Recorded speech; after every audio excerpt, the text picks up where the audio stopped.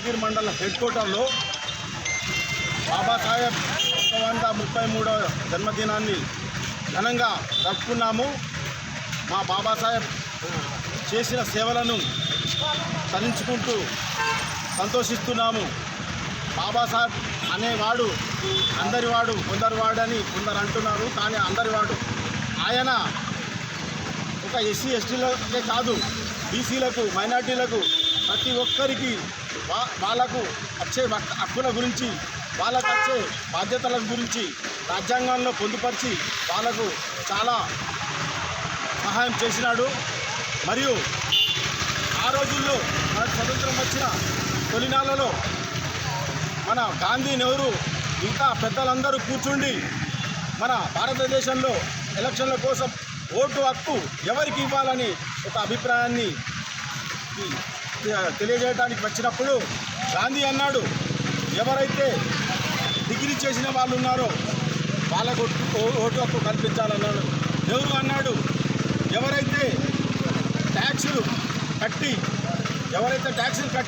ఈ దేశానికి ఆర్థికంగా పాల్గొని చేసిన వాళ్ళకు ఓటు హక్కు ఇవ్వాలని అన్నారు.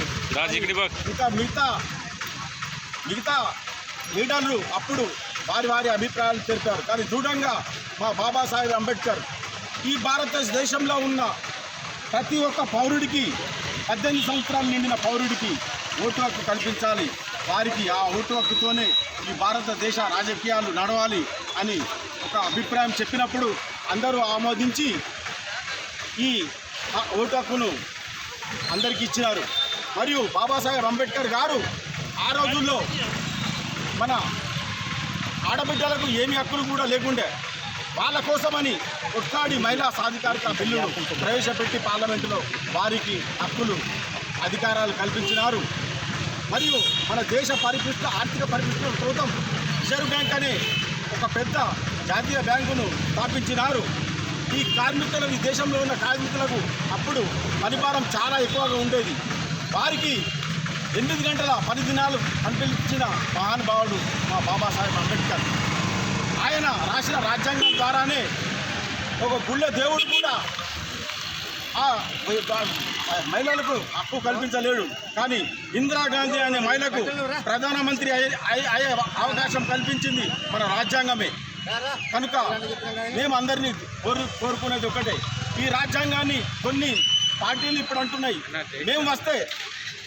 మేము ఈ రాజ్యాంగాన్ని తీసేసి కొత్త రాజ్యాంగాన్ని పెడతారని అనుకుంటున్నారు. అది సాధ్యం కాదు.